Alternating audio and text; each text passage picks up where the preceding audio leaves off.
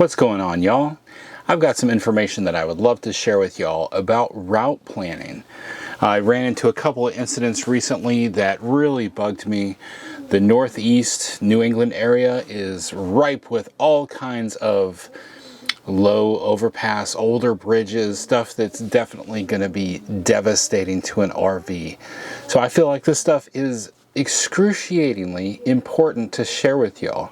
Some of the things that we learned in the last couple of days that could possibly really help the rest of y'all out. So I wanted to kind of do a deep dive on this and share with y'all some of the stuff that I had learned, and I'm going to do some screen sharing here, just kind of helping. Hopefully this is information that can help y'all out. I believe it will. Alright, now there is an app out here. It's called RV Trip Wizard. It was an app that was built independently and then purchased by RV Life and brought into the RV Life app. RV Life has a lot of things to offer, including the Trip Wizard. They have a number of other things like campground reviews. I've been using the RV Trip Wizard, and one of the things that I appreciate as we try to make sure we share this data is when I arrive at a campsite that I have let RV Trip Wizard know where we're going. They ask me almost immediately to do a speed test. So it checks what network I'm using and what the speed test I got was. I'm gonna go ahead and I'll go over an older trip with y'all. I don't want to share all my current details of like where I'm going. That would not be good. So this is what it looks like when you open it up right now. So it's got my path as I started out at the Thousand Trails in Columbus, went up to Lake Conroe, and then over to Crystal Beach with specific, looks like waypoints. Yeah, I've got waypoints programmed on the side over here. And now I think those waypoints might be a part of the problem that I ran into the other day. So to kind of modify this a little bit, I'm going to get rid of the show campgrounds so we can just focus on the route for a moment. Now, you can use this when you're going into making your trip. That whole show campgrounds thing, that helps you to find a campground. So let's take a look real quick. I'll show you the Thousand Trails. Let's close that. So here's the Thousand Trails and what details it has on it. You go in here, you've got users' pictures that have uploaded. Plus, somebody shared the map. It's got a direct link to their website to take you over to that Thousand Trails or whichever campground you're looking at, because it could be a number of different campgrounds. And it's taking a moment to load up. Where we are right now, there's a bunch of rain going on, and I think it's having an effect on the internet. Wow, that looked terrible there for a moment. So yeah, that linked directly over there. So that's just one of the cool things. I have used this to find campsites and campgrounds we're going to stay at. But the real important thing, what I'm looking for out of this app, is the fact that I can program my dimensions of my vehicle. So this route planner knows that I am a 41 foot, 8 foot wide, 13 feet 6 inch tall vehicle, and that I need to avoid obstacles and have a safe travel path. And so it helps me with that. It gives me warnings. It even knows my fuel capacity, and if you look right here, it's saying if you do this whole route, go to all these waypoints all in one drive, that you should need fuel about right there. Pretty cool little aspect to that. So you can see the travel path. You see the waypoints that I set, because it tried to say, hey, I want you to take this toll road. You see that? And I was like, you know what? I don't want to take that toll road. I want to go this route. And so these little white dots here, where I'm putting the arrows over, that is showing you where I had basically drugged the route. Now right now it's off, but if I wanted to drag it, I could turn that back on, drag route on, and then I could actually move it. Now it's like, oh, you want to drive off in the middle of nowhere? No, actually I don't. Let me delete that. Oh great, it deleted the wrong one. Ha! Now I'm just deleting everything. Well, there you go. I deleted a bunch of waypoints, and you can see what changed. Like it's already like, oh, we'll just kind of move you around. So yeah, I had it adjusted the way that I wanted. Now I drag it around. That's okay. This is an old trip. We are already done with this trip. But now what I want to do, I'm going to go over here to Google Maps. Well, hold on. Let me wrap up with RV Trip Wizard to share with you what frustrated me. We left Rochester, New York, and apparently I had set a waypoint on the computer, and you cannot adjust this stuff on your phone. That bothers me. I have to do everything here you see on the laptop. Once I put it into, like, I save the trip, then I can pull it up from my phone, but I cannot make adjustments to it. So when we left, I was like, okay, I know where I'm going to get out of this KOA in Rochester, New York. I know where I want to go in about Syracuse, New York. When I get there, I'll pull this up and then I'll get started. Whoopsie, that was a mistake. Because apparently I had one of these waypoints set way back in Rochester. So the entire rest of the day, RV Trip Wizard on my phone insisted that my first stop be that waypoint in Rochester. Like, I am not driving an extra 120 miles just to satisfy your waypoint. It's not going to happen. I could not find any way to clear that out on my phone. The laptop was in the bedroom of the RV. To me, that was one of the most annoying things I'd encountered yet. Like, come on now. Think this through. Realize I've already passed that waypoint. I'm not going back. So that was frustrating. So I had to rely more on Google Maps. Google Maps does not allow you or give you the opportunity to put in your dimensions. So for all Google Maps knows, you're only a 6-foot tall Saturn from the year 2003. Maybe youngsters remember cars named Saturn? They went out of business. So it wants to route me any which way it can, and oftentimes it's going to go the shortest distance. And they're even doing things now where they're like, we're environmentally conscious, so we're going to send you on a route that's going to use the least amount of fuel so that we can save the environment. Like, that's great and all, but if I take 2 feet off the top of my RV, your environment's going to get littered on. Just put that out there. And we did encounter, when we were going through Massachusetts, we were like, man, if I go straight right here, that is legit an 11-foot bridge right there. I have to turn left or right, or it will be a catastrophic ending to our RV life. So we have to have that stuff put in there. So I got particular on the laptop with Google Maps, cross-referencing to RV Trip Wizard.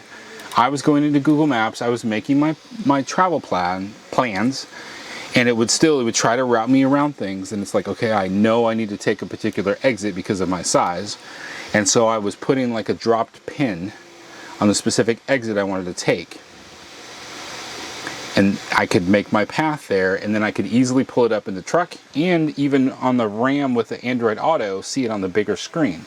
That's really what I wanted. So let's kind of recreate this trip here.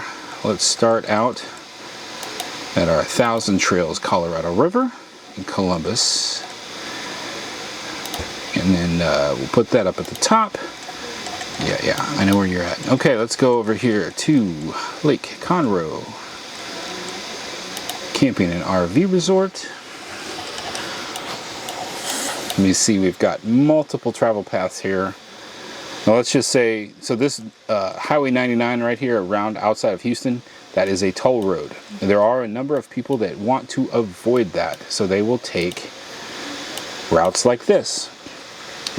Let's say I don't want to make this turn right here.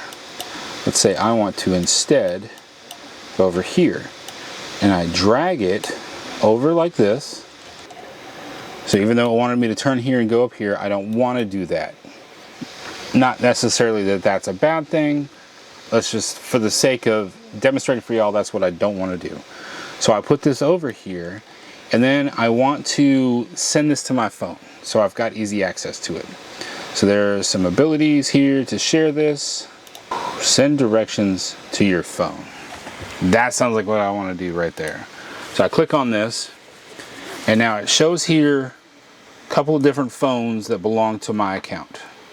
And this one right here, I hope that's not information that you can use to damage me. I don't think it is. That's like the model name of my phone. If you're wondering what a OnePlus is, a lot of people do. It's not a Samsung. It's not an Apple. It's a different brand. OnePlus. So I send it to my phone. Then came the next problem. The next problem would be that it changed the route on my phone. It didn't allow the saving of the dragged route that I just made. So this is where I went back in here and I actually said I want to go to this intersection.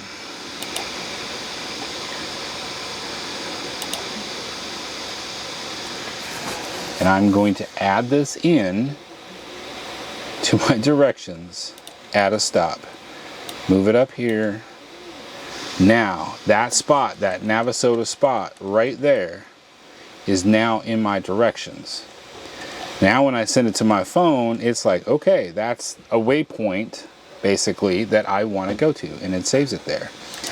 Now here's the next very important tip that I want y'all to understand. Don't click this link here to send it directly to your phone.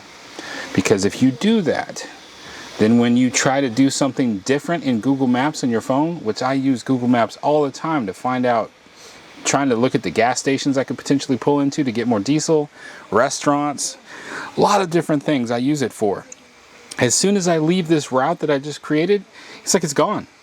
It's just gone. I can try to go back and pull up some of these points in here that are saved, but it's like it loses its path. So my recommendation is to email it to yourself. So email or text, then that way it sends the link to you exactly how you have it saved on here, and now you can pull it up with the waypoints and saved. So that way, if you accidentally close it or you on purpose fully close it because you wanted to go look at something else, like can I pull into this Dollar General with my 41-foot RV? Quick side note, don't pull into Dollar Generals and Family Dollars with your RV. 99% of them are one way in, one way out, and really difficult to turn around. Little side note. So make sure that you're able to click back to that route that you're trying to take. So if it's text to you or it's been emailed to you, then you should be able to go back, get the link, click on it, go back into the route that you're taking. That is my tip to you. I know this video was like forever to get to that, right? So you get to see a little bit about how I plan the routes. RV Trip Wizard, I'm still using it because, like I said, I can sit here and I can see potential obstacles. Now, I did one other thing, and that is I also now bought a trucker's route map from McNally that you find at like Love's or Pilot. 40 bucks. All the pages are laminated. I bought that. Then it actually has a good highlighting of all the highway routes that are safe for you to take if you are the same size or smaller than an 18-wheeler, which chances are you're not 53 feet long as far as your trailer goes. You're not more than 13 feet 6 inches tall. That way you can pre-plan all those routes. Now, I referenced in Massachusetts an 11-foot bridge. Some of these smaller towns don't have a zoom-in breakdown in that McNally map. So it was still kind of hard to see what was okay and what wasn't okay within this town. That was the town or the city of Northampton. We just pulled the RV through the Smith College area in downtown Northampton. That was an adventure. I'm kicking myself we didn't have a camera rolling because you probably would have been like, oh, because I was. We had quite the adventure pulling the RV through Massachusetts, that's for sure. But I don't want you to wind up making a mistake where you find you're facing an 11-foot bridge and all of a sudden maybe, you know, you've wised up enough to say, don't go forward, I'm going to tear up my stuff. Instead, you got to now put it in reverse and back out of that problem. Better yet, if you know where you're going so you don't make this mistake. We had multiple route problems as we went through Massachusetts. Even the one coming into that KOA at Southampton, where it wound up, we were relying on Waze, which is an app that has no idea that you're anything other than a car, and it's just trying to get you the shortest distance, fastest time, even if it's only by a few seconds. And it put us up a county road with a 20% grade and power lines that we probably could have snagged. It was only because of God we made it up that hill and didn't destroy anything. So I still have faith in RV Life and RV Trip Wizard. The people that are behind it want to do a great job. And I believe that with some proper feedback, they can make some tweaks and adjustments. So I would love to work with them on that to make it a better app. As I've mentioned before, don't just watch my videos, but while you're doing research on something, watch multiple people's videos so you can get like a well-rounded education. The same goes for your route planning. You want to make sure you're not going to be out there destroying your RV while you're pulling it cross country. Use multiple maps like I've done, like I've shown you here, to plan out your routes, or even buying the book too.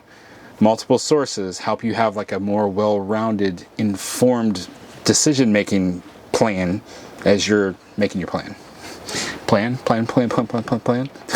And thank you all so much for watching this. I hope it helps. I may try to actually make this into a short later, just getting to the point about don't send this to your phone, send it to your email or your text, because I think that that is something that's quick, easy, and very helpful to help you pull up your route on your phone and then in your truck as you go on your trip.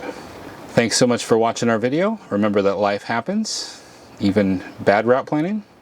Don't let it stop you. Stay fresh, cheese bags.